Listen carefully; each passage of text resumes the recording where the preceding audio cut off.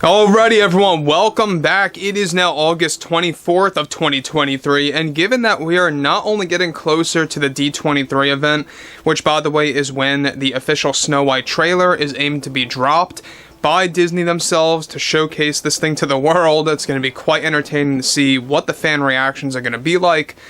But on top of that, we also have a lot of things moving forward with the Marvels. They still have not delayed that movie. It's still on for this November. We'll talk a little bit more about that later on in the week, so stay tuned.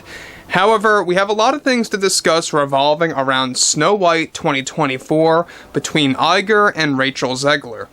This is Mike Zero. Subscribe if you're new and like this video to see future updates. I'm also on Twitter at Mike01. I thank you also very much for the great and kind support. And let's get right into the subject, shall we? Now, we know that there's a lot of problems arising out of this film, not just because of what happened with the 7 dwarfs and those leaked photographs, but also about those resurfaced interviews of Rachel ZEGLER that really spread like wildfire, that really caught almost everybody's attention because it hit mainstream media.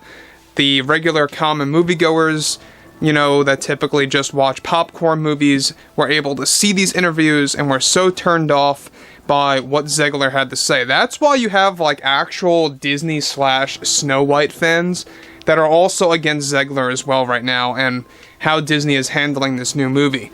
Now that brings us to Iger and what he recently did with Rachel ZEGLER, and more to the reason why. Now, we partially talked about this, but there's more to the story that we have to tell, and what's intriguing about this is that Bob Iger, and I've said this many, many times, once in a blue moon makes the right call, but it always leads to another bad call. Let's discuss about all of this. So, with Snow White 24 going through multiple issues behind the scenes, one major development has to do with what happened between Bob Iger and the board, and as well as Rachel ZEGLER. Now, recently, Iger made the ultimate decision involving ZEGLER after the resurfaced interviews of her got out and spread rapidly. Iger was forced into a position regarding the Snow White sequel that was going to continue Rachel's story at the time as Snow White for a 2026 release date window. Iger reportedly had growing issues with Rachel ZEGLER, and that as it turns out, some of the things that she said on camera were indeed not coached by Disney, and that she did indeed go off script many times. That's not to say that everything was, of course, not coached by Disney. Some of it was. However, Iger was furious over all of this with what ZEGLER recently had to say on camera, and how this is what led to Iger raising his strategy to the board of directors very defensively to cancel out a Snow White sequel featuring Rachel ZEGLER. The development of this, of course, fiasco is an ongoing thing. However, Iger's plan was to focus on ZEGLER's Snow White to face against either the evil queen resurrected or her evil brother called Lord Malice. Now, this quickly fell apart after the ZEGLER interview, and those interviews deeply impacted Disney, and Iger fired ZEGLER from the planned Snow White sequel. The plan now by Disney is to embrace, this is where the bad call comes in, another Snow White film that will be another remake that will still force their DEI agenda nonsense once again, but will follow the source material a bit more closely this time. So, guys, let me just say one thing about this before I get to the next part of this development, is that this is what I meant before by how sometimes Bob Iger makes a good call, but it always leads to a bad call. So the good: he got rid of Rachel ZEGLER, he axed the Snow White sequel that was going to basically star her in 2026, and the villain was either going to be the evil queen resurrected, dumb idea by the way, and or her evil brother, Lord Malice, taken from the Happily Ever After 1989 animated movie that wasn't even made by Disney. 20th Century Studios made that, so I don't even know how they would be able to go about doing that without a creative struggle, but I digress. The thing here about this is that this up-and-coming new Snow White iteration that they are planning, that's not going to feature Rachel ZEGLER, by the way, we talked about this briefly yesterday, is still going to enhance their DEI agenda, all of this diversity and equity nonsense. And I think at the end of the day, we know that everything related to Bob Iger is that he always makes the worst calls every single year. They just keep getting to a new low. And I think that 2023 really hit the lowest point for Iger in all of his years at Disney. Now, sure, he had a hiatus. We had the Chapek era that lasted, you know, a decent while. You know, from like 2020 all the way until like the end of 2022. But on top of that, we know that, of course, ZEGLER is one of the most insufferable actresses out there. I think that she tops, and some people may call me crazy for this, but I think that she does top Brie Larson and Phoebe Waller-Bridge. But let's move on, shall we?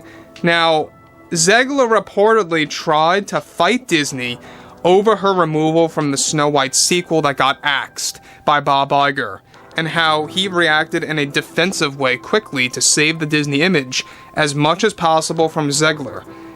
Now, ZEGLER has also been instructed by Disney that once the SAG strike ends, that some of the things that she says on camera or interviews must be balanced and controlled in a well-paced manner. Now, this is all a strategy to save Disney from getting more backlash, honestly, just before the 24 film arrives next March. A trailer is nearly finished by Disney and is still set to drop by early next month as of right now. So here's the problem with this. Bob Iger is being very, I guess you could say, uncontrolled as well. So, like I said before, he canceled out this sequel. Alright, bravo, good on him, I guess. But not necessarily, because that led to him coming up with this idea to remake Snow White again.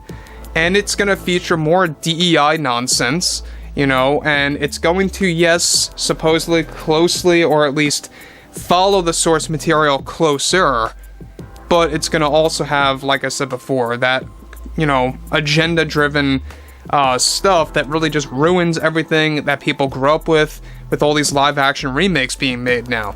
Now, the reason why I say that this is counterproductive is that if they're trying to save the Disney image and that's why they canceled ZEGLER from the sequel, why wouldn't you just cancel the 2024 film? That makes absolutely no sense to me, and I'm still mind-boggled over that. I don't understand that. I guess, you know, they poured so much money into the budget of this thing, and we'll talk a little bit more about that later. They did spend quite a number on this movie, and they probably know that they're gonna lose a lot of money on this film, so they probably want to make whatever that they can make and get out of people with Snow White 2024 just to move on. Guaranteed, if this is gonna be a box office failure, don't expect it to be in theaters for even a month. I mean, I think it's gonna hit the Flash levels, maybe even worse than that. Probably, yes, worse than that. If regular Disney moviegoers or Disney fans are already disliking this Snow White as it is, that's not a good sign at all. That just goes to show you that even the regular common moviegoer that doesn't really follow anything on the internet, they too are also going to be shying away from this movie. So, anyway, I would love to hear what each and every one of you guys have to say about this below in the comments. And if you guys did enjoy the content for today, make sure to drop a thumbs up on this video to support the channel, and I will catch you guys next time.